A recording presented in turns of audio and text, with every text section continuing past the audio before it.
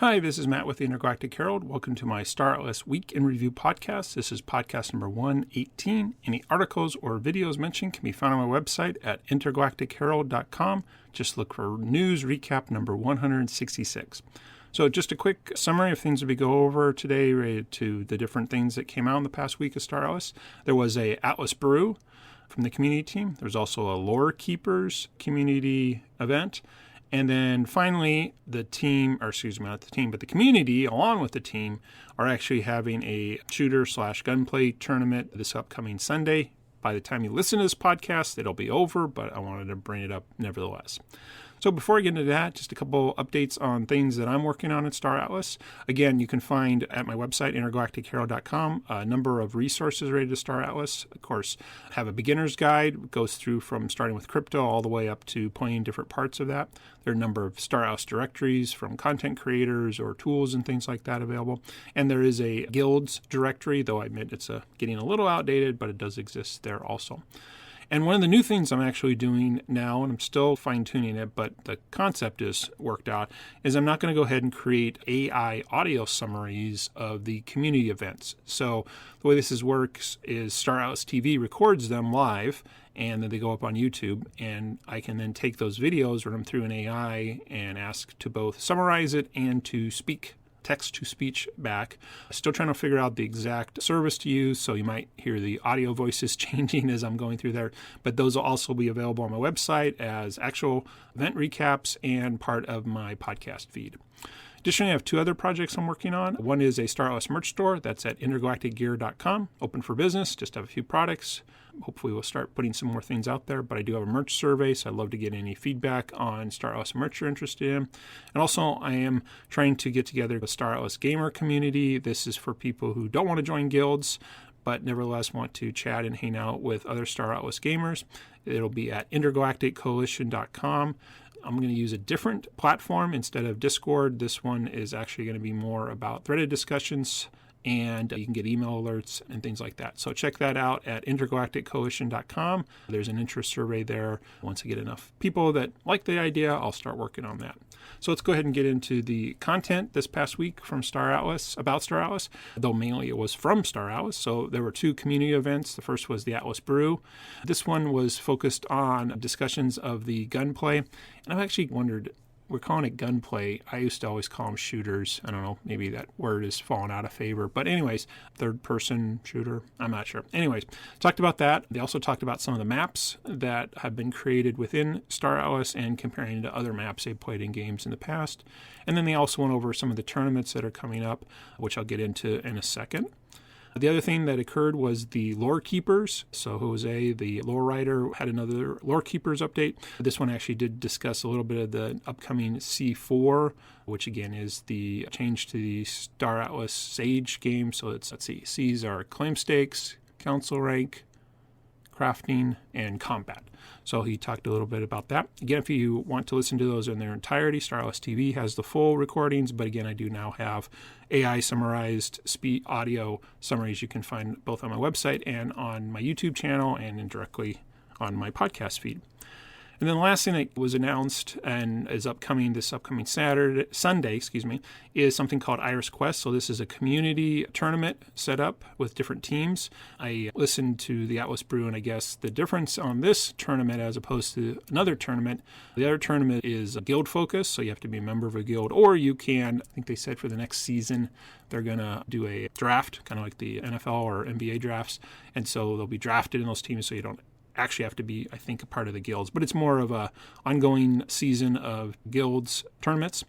This one is actually not free for all, but anybody can join. So you just form up some teams, and then they're going to be playing the Sunday in some sort of fashion. I joined their Discord, but not exactly sure what the format is, but something that is coming up. But again, unfortunately, by the time you listen to this, when I release it, that'll be over. So sorry, I won't tell more.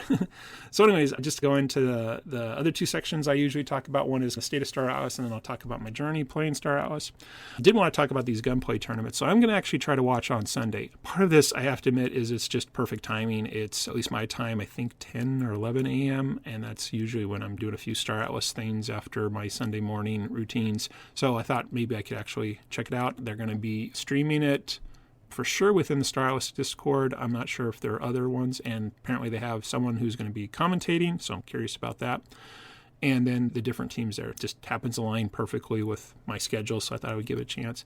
And I have to admit, I haven't actually really got interested in esports, and I think it hasn't been that I'm against it. It just, again, hasn't fit partly my gameplay style. As if you listen to a while, I come from an RTS interest, though there are lots of esports, particularly in the past. Sorry, I'm so focused on new games as opposed to StarCraft. I knew it had some star in it. It was really big and other ones. So I guess I never got into it, mainly because I really played the games for their single-player campaign, so I didn't do a lot of the multiplayer ones. So since I didn't really play those, which is much more where the broadcasting and streaming and things like that. So I never got into that. And then other games that were much more popular, for esports anyways, I just weren't into those games, so there wasn't that. But definitely going to give this one a try. Really glad the community is coming together to put it on, so that's great. And sounds, again, esports is definitely something that exists, has formats, has styles, no different than traditional sports with announcers and teams and leagues and things like that. I'm totally for esports. I just bluntly just didn't get into it. So going to definitely give it a try. The other thing I've been thinking about recently is the future Star Atlas, and I guess part of this stems out of, not that there hasn't been anything in Star Atlas recently, because to be honest, the fact that they've been producing new UE5 builds is good. They have updated the interface for Sage. They're talking about additional changes with the new C4 project, code name, whatever you want to call it. So there's definitely things coming. And again, the UE5 upgrades have been coming, and definitely new features, very interesting things there. Obviously now with the multiplayer or the dedicated server capability within UE5, that's great. But I guess part of what I was thinking about is, and again, trying to get a little more into Twitter, which I think has a little more external community than the Discord, which maybe is more internal community. I know they're both communities, but I think different people show up in different places. Maybe that's the best way to say it. It seems like Twitter has broader people. But again, partly this is just, I don't know. Again, there's been developments and they're encouraging, they're moving forward, and it fits the roadmap they published, but still don't see gamers or new people. And again, I'm not hanging out in the general and the new player channels within the Discord. Obviously, I would never find them on Twitter because they're probably not tweeting about, hey, I'm a new gamer. But it gave me, again, thinking about how our new gamer is going to come in, and then I think it goes back to there's got to be a reason. And maybe this is a little what they brought up at the Atlas Brew, that there have been a number of other, in the last week, Web3 games that have gone bankrupt or closed didn't really follow it, but I'm sure, obviously, they quit because they can't make the game or they don't have enough money. Seems like it's economics more than anything, or ultimately more than anything. If you don't have money, you can't pay people. People don't work for free. But it was, again, realizing how is Star Atlas going to be different than those other games that closed down or went bankrupt. Oh, sorry. Bankruptcy implies money. So if you go bankrupt, you don't have any money. And I guess it goes back to, again, to get new gamers into Star Atlas, there needs to be a product. And I'm not really sure exactly what that is, because the gunplay, the tournament, seeing the different maps, that's all interesting. And in fact, I think Don McVeigh on the Atlas Brew mentioned this too. As much as it's all exciting, it's not really what Star Atlas is. Star Atlas is so many other things. And I'm for that. And again, I still like the idea that you could ultimately fly around your ship, land on a planet, and then walk around with your crew. And you might have a purpose for doing that, i.e., fighting a tournament or whatever, or just moving people off of land. I don't know. There's so many different ways that the idea that you are you. And actually, let me go back. There was something a couple of years ago that really changed my focus, and I think it was actually my interview with Jose, the lore keeper, that Star Atlas is more about the person and the crew, not the ship. And I came into it thinking you're buying a ship, but you're not a ship, right? You're a person. So the crew is really more where you make your alignment, and you then own a ship, and maybe there's other people in the ship, but you're not the ship, if that makes any sense from a metaphysical state.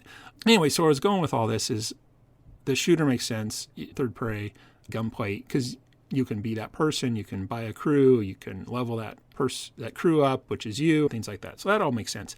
And gamers could come into that. But if the ultimate purpose of Star Atlas is not just gunplay, it's all the other things, then how do we move from that to something else? And as been mentioned before, Sage is definitely the real-life economy. It's functional. Maybe some other games that were no longer around didn't have a functional economy. But I don't know how you bring people in. And again, I have beginner guides on my website to move it all through, but there are so many steps from I'm interested to doing something, and then there's the whole thing we could argue or discuss back and forth is, can small players even play Sage? And I'm trying to do things, but I've come up with my own philosophy, which I put out a couple of videos that you just got to think of it like a monthly subscription. I'm just going to keep putting money in that covers the Solana fees. But anyways, to get to the real point here is, I think until there's a product, so a game, or we'll just call it a product because it doesn't have to be a game. I always thought the Crew app, which you could call a game, but was more of buy a crew and then move to earn type of thing, that we need a product. And there has been talk about having this kind of different version of Sage that's faster and free to play and things like that. And that's great if it comes. But again, we hear more talk about C4 than we do. I think it's called HoloSim. So again, this could just come back to how the team's releasing and talking about whatever. But something a while back did resonate with me, which is the concept of producers and consumers. And if you're going to have an economy, you're definitely having people that make things, and definitely have people who buy things. And we're very well aware of that with all this talk of tariffs around the world right now. And I think this is how it was framed, that Sage is for the producers. They're mining the resources, they're crafting them and doing something with it. And the consumers are really the people who want those resources. A year or two ago, that was the racers who maybe to do something to skin on their racing ship, they would need some resource. And instead of going and mining it, they just buy it off the marketplace. So somebody has a place to sell, and this is where the marketplace is a perfect thing that bridges the producers and the consumers. So it makes sense that Sage is for the producers, I think. But I was starting to realize, is UE5 for the consumers? That, again, whether it's Crew is the thing,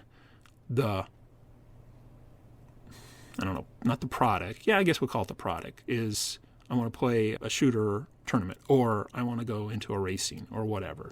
Again, I really hope exploration and resource, all that stuff still exists. Again, they're showing the mining stuff in UE5. So we know that's going to exist within the 3D environment, not just the economy thing. So again, I think that could be that people would come in for the gunplay or the racing, and then there's some sort of thing they need, and then they get that thing, whether it's a ship or a skin or fuel to race. You just don't have unlimited fuel or unlimited ammo. You got to start the game with a certain amount of ammo, and you have to buy that on the marketplace. So again, I think this still all again makes sense, but I still think we need that bridge, and maybe it's coming. Again, I've lost track of whatever the roadmap is for the showroom / UE5 things, or seeing developments, but what's the thing that gets released. So anyways, but again, they have been little tidbits that some things are coming in July, or at least some announcements. And again, this fits previous patterns where there's mid-year announcements and end-of-the-year announcements. So anyways, just again thinking about where we're going and when will we know when we got there type of thing. So anyways, moving on to the final section, talking about my journey. I can't remember if I mentioned this in the last one, but I have decided to change my strategy in Sage. So again, my goal is to try to craft a Mamba X redeem. And then to do that, you need all the raw materials that you then craft into the components. And once you have enough components, you can then redeem the Mamba X. So I decided, given that combat will perceived to be coming sooner in the future than years in the future, that resources that are further away are probably going to be harder to get and may actually have consequences, i.e. combat. So the first away resource that in my list was diamond, and I'm not sure if it's in the high risk zone, but it's definitely close to it, but it's definitely the farthest away. So I actually decided to stop my miner who was doing iron ore, which was closer, moving it out there. So I sent it out there.